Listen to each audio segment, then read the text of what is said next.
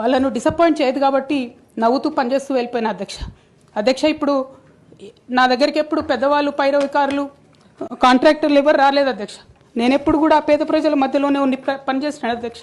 నా దగ్గరికి వచ్చినటువంటి బీడీ కార్మికులు కావచ్చు, బీడీ టేకేదారులు కావచ్చు, అంగన్వాడీ టీచర్లు కావచ్చు, ఆశా వర్కర్లు కావచ్చు, ఐకేపీ ఎంప్లాయీస్ కావచ్చు అధ్యక్ష, అదేవిధంగా జిహెచ్ఎంసీ కార్మికులు కావచ్చు అధ్యక్ష, ఎవరు వచ్చినా అధ్యక్ష నేను కాదనకుండా నాకెంత వీలైతే అంత పనిచేసి పెట్టేటటువంటి ప్రయత్నం చేసిన అధ్యక్ష. అయినా సరే అధ్యక్ష పార్టీ మౌత్ పీసులుగా ఉండేటటువంటి పార్టీ పేపర్లు, పార్టీ ఛానళ్ళు ఏ ఒక్కరు కూడా ఎన్నడూ కూడా మద్దతు ఇవ్వలేదు అధ్యక్ష. అయినా సరే ధైర్యం వదులుకోకుండా మొక్కువని ప్రయత్నంగా నేను ప్రయత్నం చేస్తూనే వెళ్ళాను అధ్యక్ష. తెలంగాణ రాకముందు బీఆర్ఎస్ ప్రభుత్వం ఏర్పడకముందు ఒక మాట అనుకున్నాం అధ్యక్ష. కేసీఆర్ గారే పదే ఈ మాట చెప్పారు.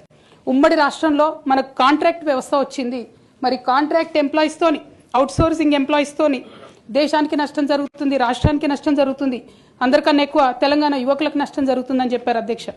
ఆనాడు వారు సరదాగా ఒక మాట అనేవాళ్ళు, అందరికీ కాంట్రాక్ట్ పోస్ట్ ఉంది, మరి ముఖ్యమంత్రికి కూడా కాంట్రాక్ట్ పోస్ట్ ఉంటుందా అని చెప్పి ప్రశ్నించేవారు అధ్యక్ష.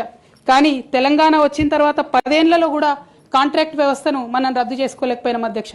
అది కాకుండా అవుట్సోర్సింగ్ ఎంప్లాయీస్, అవుట్సోర్సింగ్ వ్యవస్థను పెంచి పోసిపోయినాం అధ్యక్ష. బాధతో చాలా ఆవేదనతో నేను ఈ మాటలు చెప్తా ఉన్నా అధ్యక్ష. తెలంగాణ సమాజానికి ఏదైతే ప్రశ్నించడం నేర్పించినటువంటి బీఆర్ఎస్ పార్టీ అధ్యక్ష, అంతర్గత వేదికలలో అనేక సందర్భాలలో నేను ప్రశ్నిస్తే అధ్యక్ష నా మీద కక్ష కట్టారు అధ్యక్ష. కేసీఆర్ గారు చుట్టూన్నటువంటి కొందరు వ్యక్తులు